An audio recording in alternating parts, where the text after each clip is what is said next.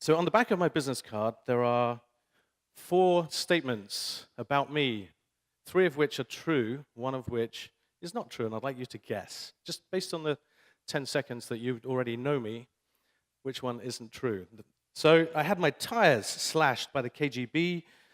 I locked myself while naked in a fire escape in a Las Vegas hotel, was a pastry chef in a top London restaurant, and was a deep sea diver. So one of those isn't true. Not true. I'm going to give you a clue. Where's the lady from the Ukraine? Привет. Как дела? Как вас зовут? Как вас зовут? All right. So we just had a lovely little exchange there in Russian, not Ukrainian, but it's a close thing. So KGB thing isn't true. So not a pastry chef. Oh, I was a pastry chef. I did have my tires slashed by the KGB. Deep sea diver, naked in a fire escape. That is true. Sadly, the worst moment of my life, but we can talk about that some other time. Anyway, so today we're going to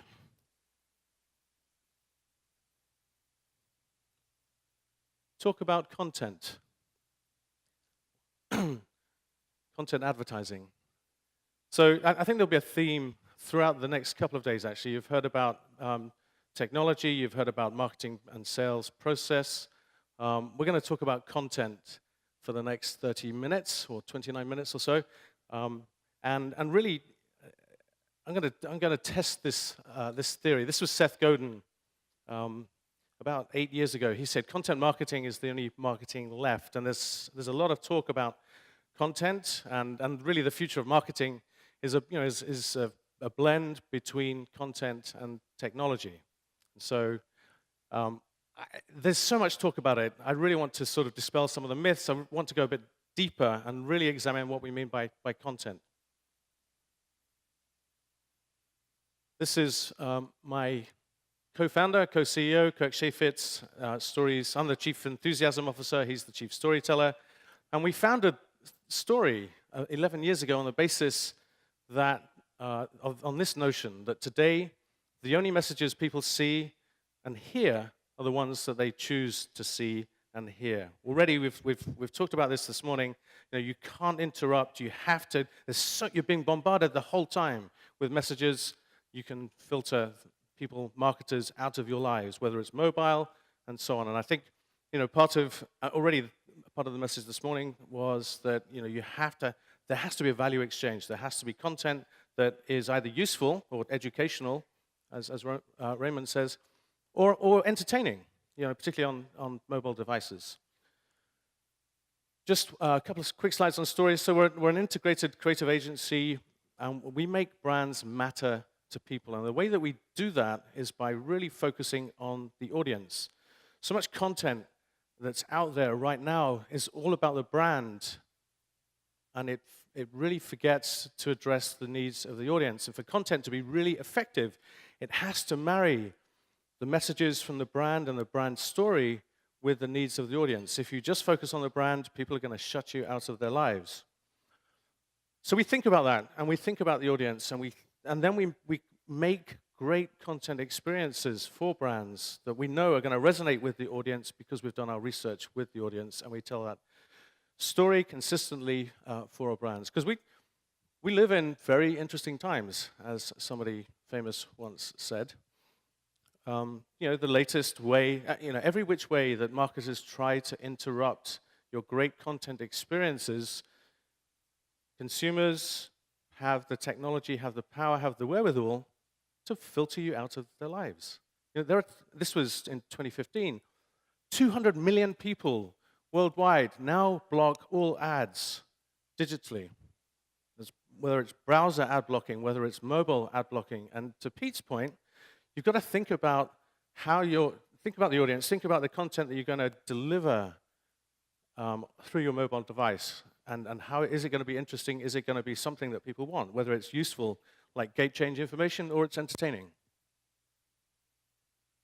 So interruption doesn't work anymore. And some people in the media industry there's gnashing and wailing of teeth. Oh my goodness, How could they? This is, this is it's anti-American, Ad blocking is unethical. We provide all of this great content, and it's your duty to watch ads. Bullshit. You have a choice. You don't have to watch ads. I hate it when I go to, the BBC website and and there's a news piece, and I have to watch a 30-second ad. Forget it. I don't have 29 more seconds to waste on your ad. I can get that piece of news somewhere else. I'll go to CNN. I'll go to The Guardian. And the audience doesn't believe it either. I mean, this is, I'll read these. These advertisers need to get a clue. People are sick and tired of everywhere they turn. There's an advertisement. Maybe if advertisers were held to high standards to create quality, entertaining advertisements, people would actually enjoy them instead of rebuffing them. I got rid of cable because I was tired of 15 minutes of commercials for an hour-long program. I use AdBlock because I got tired of my web pages bloated with ads. Enough is enough. We don't need advertisements on every little thing. So and this actually reminds me of my massage therapist. Obvious link, right? Her name is Eve, and she has 2 rates. She's fantastic, by the way. She's in Seattle, where I live, not according to my dog or my girlfriend, but anyway, that's another story. Her name is Eve, and she has 2 rates. And I'll give you her number. She's fantastic. There's a talking rate and a non-talking rate, because she really likes to talk. And obviously I go for the non-talking rate, because I really don't want my great experience interrupted by noise. That's exactly what's happening when you send messages to people, however you send it to them, if they don't want them, if you don't know that if there's not a value exchange, if you're not giving them something valuable. And this was Robert Rose. He's the Chief Strategy Officer at the CMI, the Content Marketing Institute, a fantastic organization. If you guys aren't familiar with it, I suggest you look it up. And there's so much content out there, and everybody has a content strategy, but do you have a content strategy, or is it really a collateral strategy? And collateral, defined as something additional but subordinate and secondary. So the question we should ask ourselves is, how do you make content primary? How do you make it relevant? How do you make it that value exchange? So we just looked at some of the sort of category and industry questions that people are asking themselves. Let's look at why this matters. We would argue that the best content has a story, it has a narrative, it has a reason for you to engage with it, and that the best examples of content marketing out there are brand stories, of brand storytelling. And everybody's doing it. So this is Casper, the mattress company. Everybody familiar with Casper? They're fantastic. Clearly their storytelling isn't working as well as they thought it was. But now everybody's heard of them, so maybe it is. But interestingly, their 2 tenets are that they want to own the conversation around sleep. And we talk a lot with our clients about your authority to publish. When you publish content, do you really have authority to publish that kind of content? Is it true? Is it accurate? Does it reflect the brand? Do people really want it? Well, yeah, people are really interested in sleep. It's a major topic of conversation. Apparently, the Dutch get more sleep than anybody in Europe. I've just found that out last week. I mean, there was a conversation going on about it. So they have authority to publish content around sleep. So we're going to be producing journalism, not marketing. And the reason that matters is because journalists think about the audience as much as they think about brand. The guy you saw before, Kirk, my business partner, he was a Pulitzer Prize finalist as an investigative journalist. And what's he doing? Helping brands tell their story? Well, he knows how to peel away the bullshit to get the true story. And it's not just mattress companies that are doing this. This is Keith Weed. He's the global CMO for Unilever, based in London. So that's really interesting. So a startup mattress company and the world's second largest advertiser both are thinking about their marketing from a journalistic point of view. And this really, and God bless them, because we wouldn't be in business otherwise. And Unilever is a client of ours. And the reason that they're doing it is because they understand that you can't interrupt the channel anymore. You've got to publish content. You've got to be the channel. And to do that, you have to think like publishers. And to think like publishers, you have to think like journalists. You have to relentlessly think about the audience. And not just using the same tools that everybody else has, but really go a step deeper. So we're going to talk a little bit now about how you do that, and we'll finish up with an example. And this is the number one concern. This was an Experian survey in 2015, the challenges and priorities of 1,000 senior marketing individuals around the planet. Number one is branding, brand storytelling, and how do I differentiate my story from my competition? It's number one challenge. So everybody is thinking about this. So how do you do it? It's really simple. 4 steps. The first step is you have to find your story. You have to spend, and to find your story, this goes back to your audience. You have to interview them. You have to, there's a notion that data is the plural of stories, or is the plural of story, I should say. And think about that. So you get a data point. Maybe everybody can use tools that are out there and software that's out there. You get data on your audience. But what are the stories, the individual stories that came together to provide that data point? Think about that. So, and to do that, you have to go granular. You have to talk to your customers, talk to your prospects. Once you have that story, and we're going to talk a little bit more about that process in a second, then you execute across media, and you figure out, because you've done your research with the audience, you know which kinds of media they're consuming.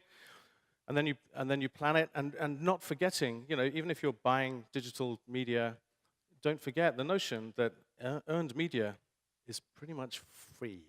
It's a lot cheaper than paid, that's for sure. So create great content experiences that people are going to share, and then measure, absolutely track it. As Pete says, this digital marketing is basically direct marketing. You track, you measure, you analyze, you optimize. Before the campaign, during the campaign, real time, changing the messaging, and then afterwards too, and repeat. And once you start, you never stop.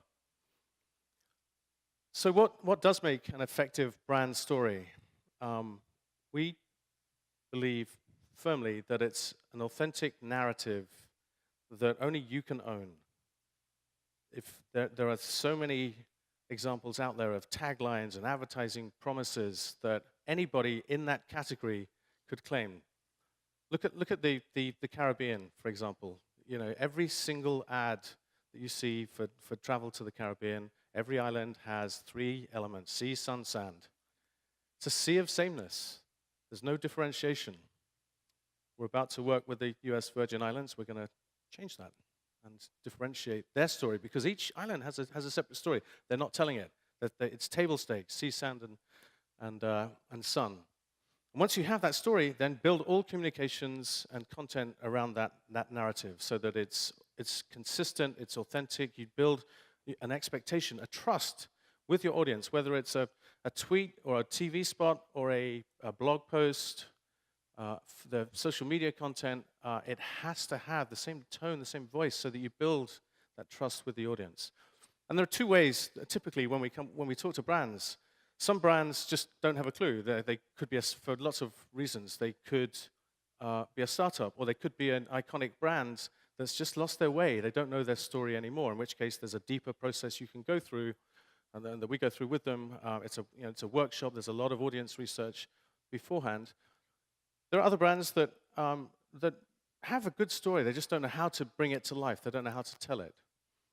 And so, we start at the beginning. We ask you, and I encourage you to ask your question. First of all, do I know my story? If not, I need to find that story before I then go to ask myself how I tell it.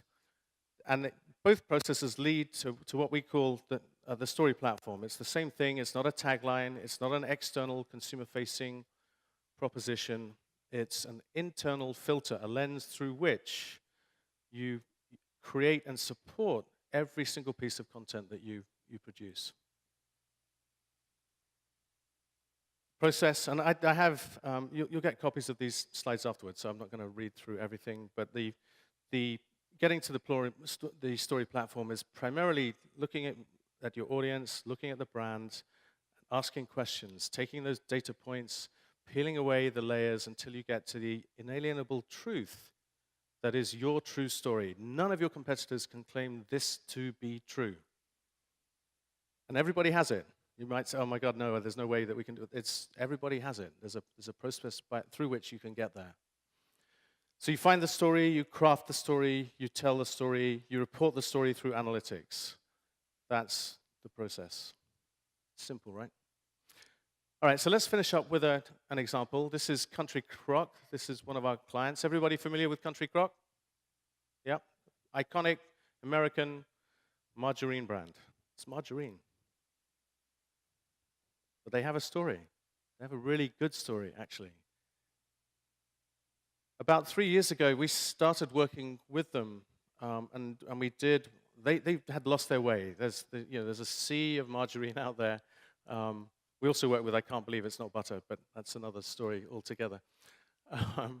And their story platform, as we did the research and we understood their history and we talked to real mums with real families that were actually using the product, we realized that it really, there was something about the magic of home that was a really rich space for them, partly because they've been around for 150 years. I mean, this is not here today, gone tomorrow brands. They've lived in the lives of generations of families, and there's something there that we identified that they could own. They have authority to publish content around the home.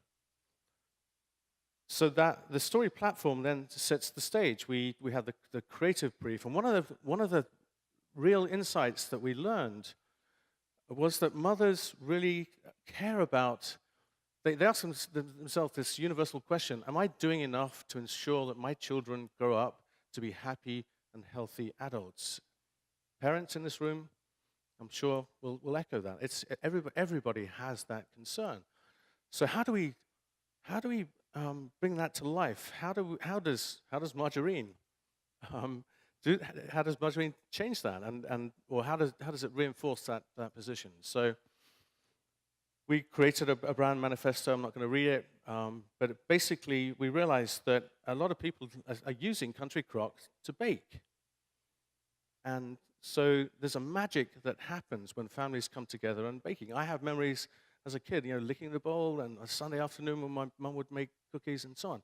There's a real magic that takes place there. It's one of my favorite memories, when I think about my mum.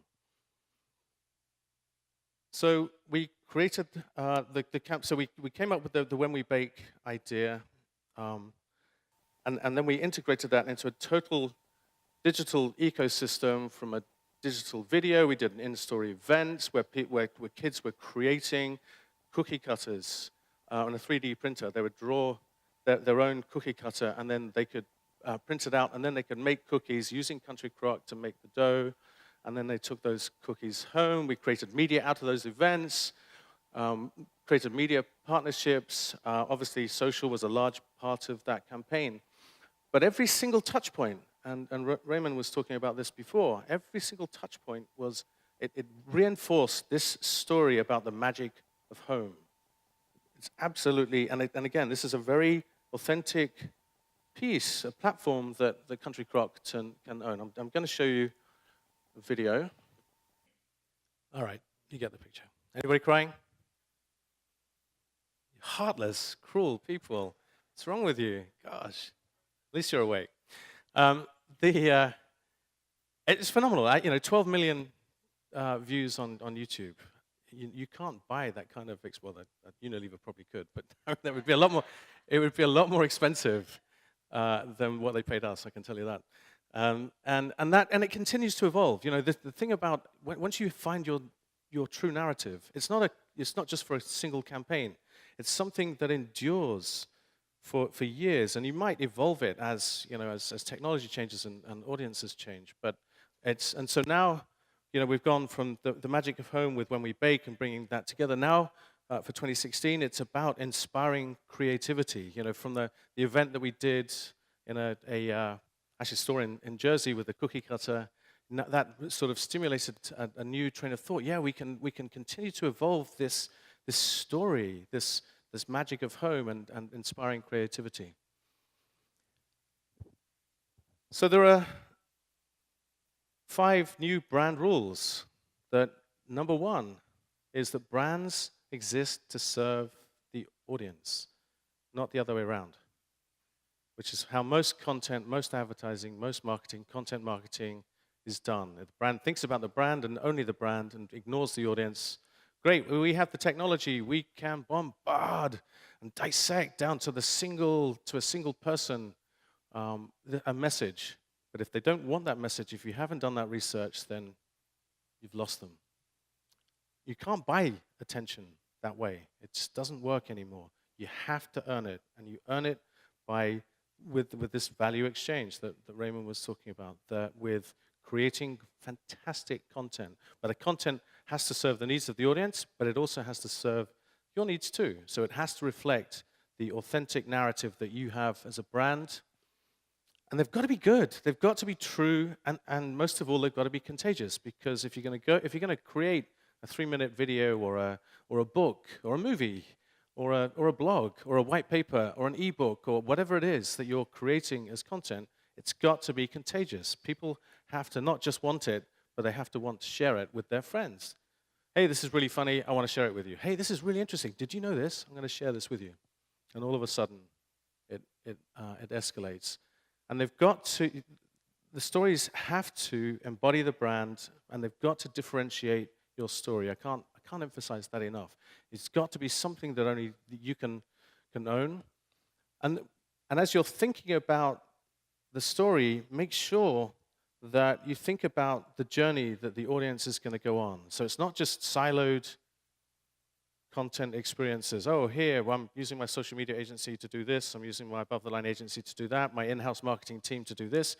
And you end up with 4 or 5 different types of content with a different tone, a different voice, a different story each time, and a disconnected experience for the audience. So think about, well, we'll do this. Maybe we'll run a print ad. Some people still do read magazines, Brian. Not as many as they used to. But maybe that's the beginning of the audience journey, and that encourages them to download an app. And from there, you go to their social media channels, and from there, there's another content experience and another content experience, and so on. So think about that audience journey, not siloed content experiences. So I would say that as you think about content marketing, that new content strategy goes beyond content strategy to brand storytelling. That's really content without a story is collateral. I made that one up yesterday, by the way. I really like it. I didn't get a reaction. I might not use it again, but I really quite like it. Because brands are stories. That's all they are. So what's yours? Thank you.